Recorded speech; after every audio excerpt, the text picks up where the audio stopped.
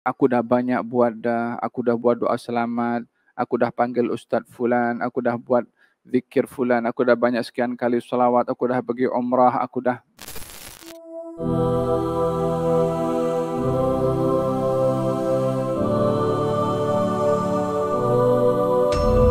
Ada kalanya kita kalau meminta kepada Allah Subhanahu wa taala dengan bergantung kepada Allah, kadang-kadang yang diberi oleh Allah bukan yang kita minta.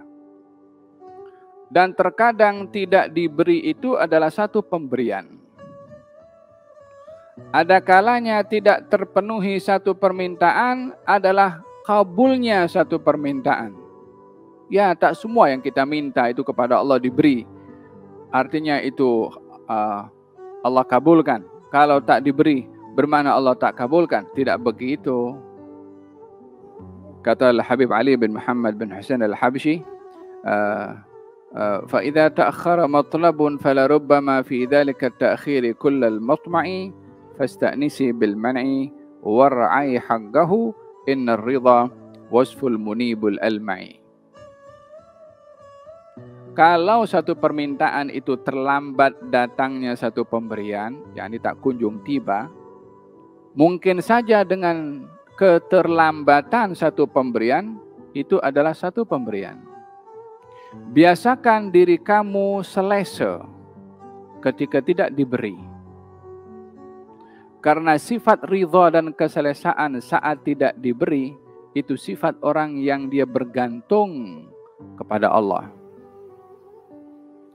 Wa idza bada min natiqil wujdani ma yad'uka lil ya'si dzamimil ashna'i. Kalau dalam hati ini timbul suara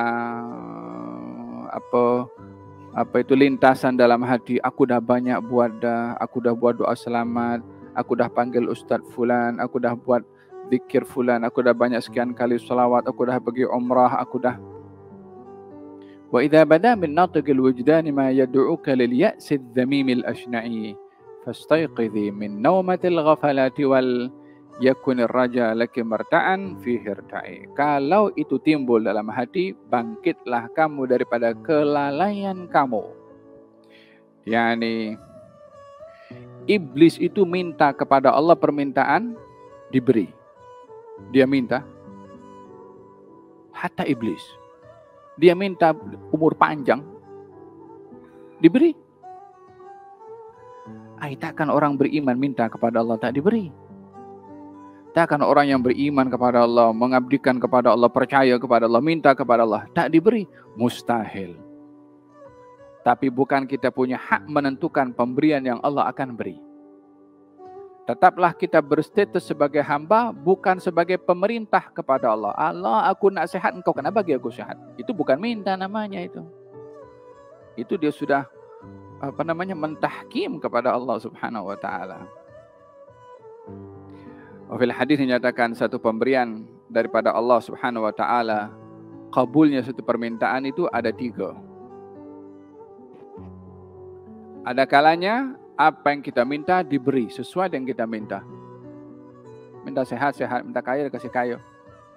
Ada kalanya pemberian itu dengan tidak diberi dalam bentuk apa yang kita minta, namun ditolak musibah yang besar sebagai pemberian kepada orang itu.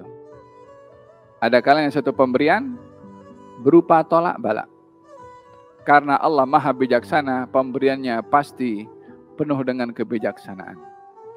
Yang ketiga, satu permintaan itu bentuk pemberiannya adalah disimpan di akhirat. Sehingga bila orang yang berdoa di dunia tidak diberikan apa yang dia minta, kalau dia nanti diizinkan untuk masuk surga, dia nampak pemberian-pemberian yang daripada doa dia yang tak dikabulkan di dunia.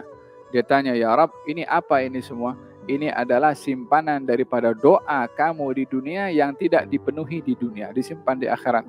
Bermakna setiap permintaan itu kabul, confirm 100%. Kalau dipenuhi syaratnya lah kita ketika meminta. Artinya penuhi syarat diantaranya adalah sumber makanan yang kita makan itu halal ketika meminta kepada Allah, itu sebab untuk mendapatkan kabul. Atib mat'amak tustajab da'watuk. elokkan, halalkan sumber makanan kamu, doa kamu pasti dikabulkan oleh Allah Subhanahu wa taala. Hanya bentuk qabul adalah beragam-ragam. Innal ata imdaduhu mutanawwi'un ya husna hadza kal atal mutanawwi'i. Sesungguhnya satu pemberian itu adalah bermacam-macam, sebaik-baik pemberian daripada Allah adalah yang bermacam-macam.